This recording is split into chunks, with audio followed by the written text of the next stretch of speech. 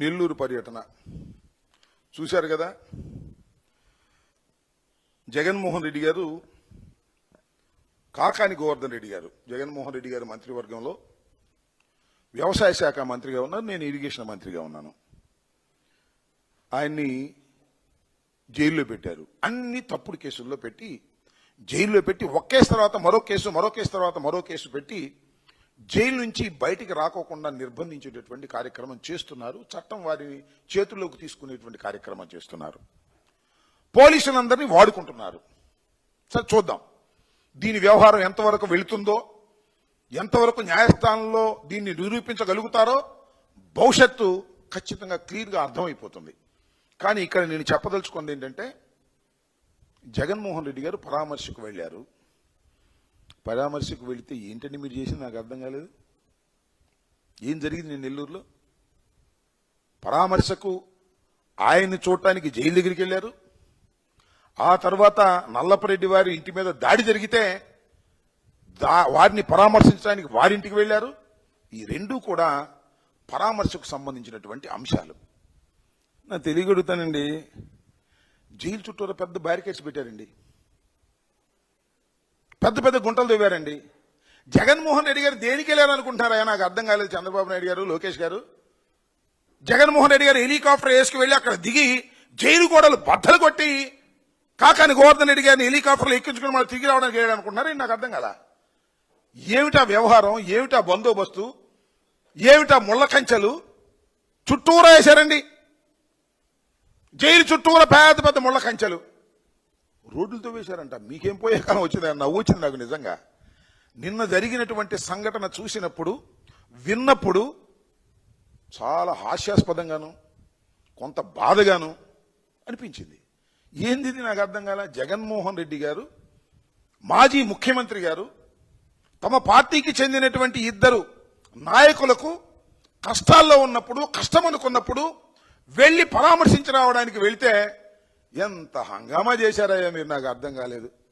ఇది చూస్తే నవ్వు వస్తుంది. ఒక రాజకీయ నాయకుడు వెళ్తాడు, ఏంటి సింగిల్కి వెళ్ళాలి? నాకు అర్థం కాల. మేమన్నా మఠాన్ని నడుపుతున్నామా? మేమేమన్నా సర్వసంగంగా పరిత్యాజులమా, సన్యాసులమా? మేమేమన్నా?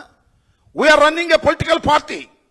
ఒక రాజకీయ పార్టీని నడుపుతున్నటువంటి జగన్మోహన్ రెడ్డి గారు, వైఎస్ఆర్ కాంగ్రెస్ పార్టీ నాయకుడు, మాజీ ముఖ్యమంత్రి, అత్యంత ప్రజాదరణ కలిగినటువంటి వ్యక్తి నెల్లూరు పరామర్శకు వెళ్ళినప్పుడు వస్తారండి జనం.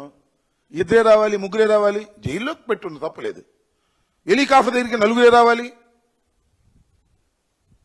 ప్రసన్న కుమార్ రెడ్డి గారింటికి 100 మంది రావాలి. Who are you to say? Yes, గర్వంగా చెప్తున్నాం. పరామర్శకే వెళ్ళాం. పరామర్శకి వెళ్తారేంటి? పరామర్శకు వెళ్తే బహిరంగ సభలాగా వస్తారేంటి మీరు జనం అంటున్నా నేను. ఒక ఆయన పెద్ద మనిషి, అవును స్వామి, మేము పరామర్శకు వెళితే అవి బహిరంగ సభలు అయిపోతున్నాయి. జగన్మోహన్ రెడ్డి గారు కారెక్కి రోడ్డు మీదకి వెళితే అవి ర్యాలీలు అయిపోతున్నాయి. అదే అదృష్టం. ఆయనకున్నటువంటి ప్రజాబలం, ఆ ప్రజాబలాన్ని చూసి ఓర్వలేక ఏందండి మీరు చేసేది నాకు అర్థం కాలేదు. వాళ్ళు ఎన్ని జరిగినాయి చెప్పండి. తెనాలి, రెంటపాళ్ళ, పొదిలి, రాప్తాడు, ఎక్కడికి వెళ్ళినా జనం తండోపతండాలుగా వస్తున్నారని ఏమైనా సరే నెల్లూరులో మాత్రం ఎవరు రాకుండా చేయాలి. ఏందే మీ ఉద్యోగం నాకు అర్థం కాదు. పోలీసులకి, ఐపీఎస్ ఆఫీసర్లకి,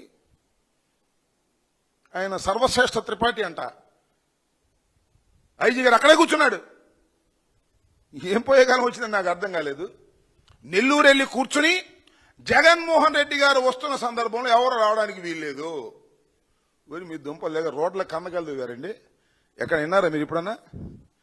ఈ ప్రపంచంలో, ఈ దేశంలో, ఈ రాష్ట్రంలో ఎక్కడైనా సరే ఒక ప్రధాన ప్రతిపక్ష నాయకుడు, అది కూడా ఇవ్వలేదుగా మీరు.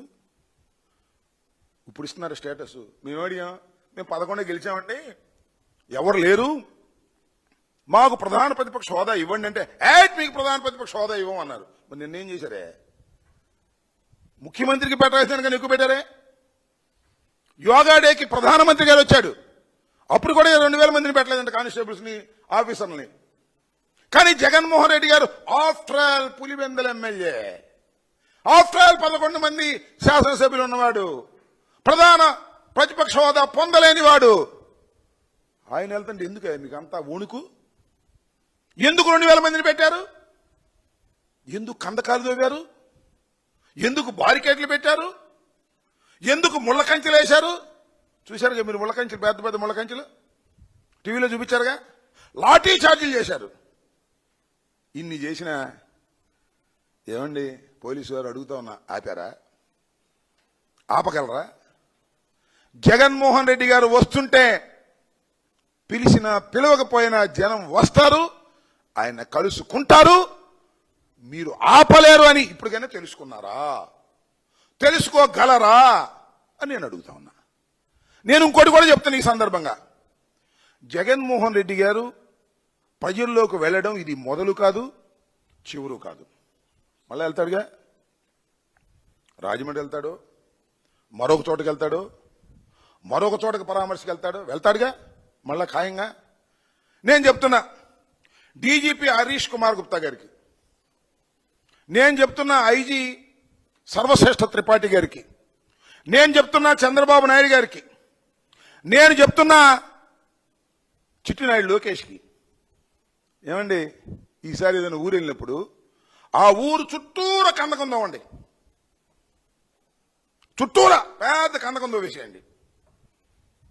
ఆ ఊర్లో ఉన్న వాళ్ళందరినీ కూడా బయటికి రావద్దని తాళాలు వేసేయండి. జగన్మోహన్ రెడ్డి గారు హెలికాప్టర్లో దిగుతాడు, 1000 మంది రాకపోతే నన్ను అప్పుడు అడగండి.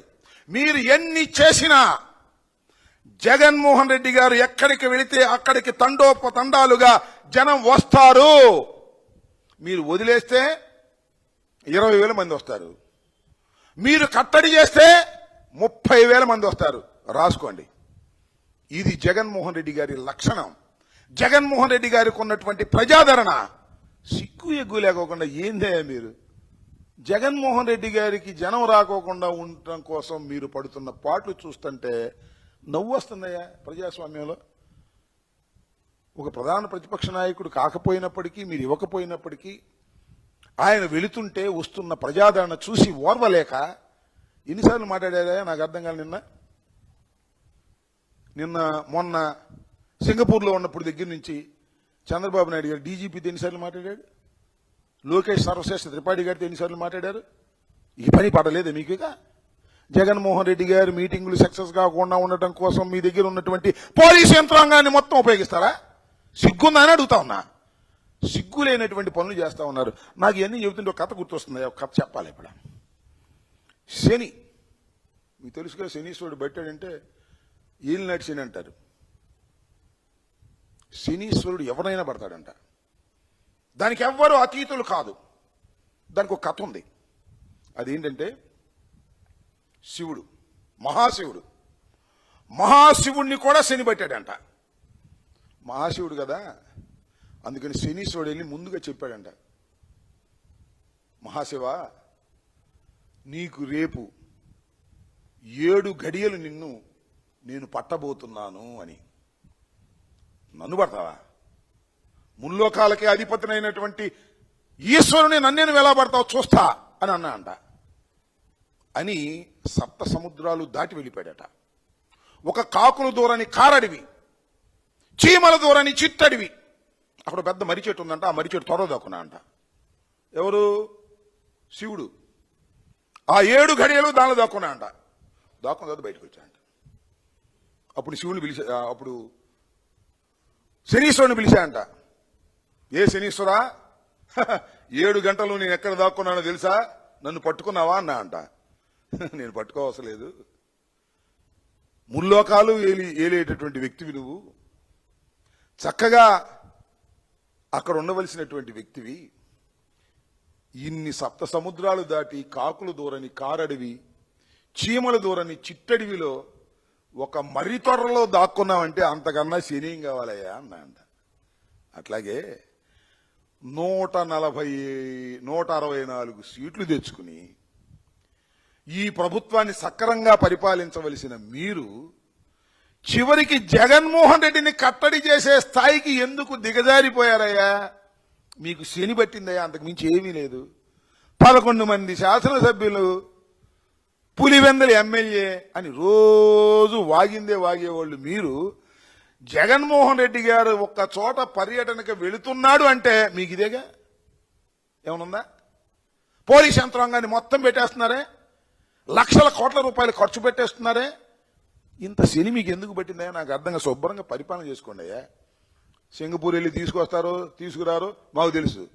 ఇచ్చిన హామీలను నెరవేర్చేటటువంటి ప్రక్రియలో కూడా వెనుకబడిపోయి జగన్మోహన్ రెడ్డి గారిని కట్టడి చేయటం మాత్రమే ఈ కూటమి ప్రభుత్వం పని, బాబు కొడుకుల పని. ఏ మాటకు ఆ మాట చెప్పారు. చంద్రబాబు నాయుడు చాలా సీనియర్ మహానుభావుడు, ఆయన బుర్ర కూడా పోయింది. ఈ చిట్టినాయుడు దెబ్బకి, వాళ్ళ అబ్బాయి దెబ్బకి ఆయన బుర్ర కూడా పోయింది. 24 గంటలు ఇదే పని. జగన్మోహన్ రెడ్డి గారు ఎక్కడికి వెళ్తే అక్కడ జనం రాకుండా కాపలా కాద్దామని పోలీసుల్ని. ఏంది మీ కర్మ? ఇలాంటి శని బట్టి మీరు ఏడుస్తున్నారు తప్ప జగన్మోహన్ రెడ్డి గారిని ఆపటం ఎవడి వల్ల కాదు. సరిగదా? ఈ 5 సంఘటనలో కూడా జగన్మోహన్ రెడ్డి గారు అద్భుతమైనటువంటి నాయకుడు, జగన్మోహన్ రెడ్డి గారు ప్రజాభిమానం కలిగినటువంటి నాయకుడు అని మీరు నిరూపించి బ్రహ్మాండమైన పని చేశారయ్యా. నాకు దానిలో ఏ విధమైన సందేహం లేదు. మేదో దిగులుగా ఉన్న 11 వచ్చిందని కాదు. జగన్మోహన్ రెడ్డి గారు ఎక్కడికి వెళితే అక్కడ అత్యధికమైన జనం వస్తున్నారనేటువంటి మాట ఇవాళ కలిగే విధంగా చేశారు. దానిలో మీ పోలీసు పాత్ర కూడా చాలా గణనీయంగా ఉందని సందర్భంగా మనం చేస్తున్నా.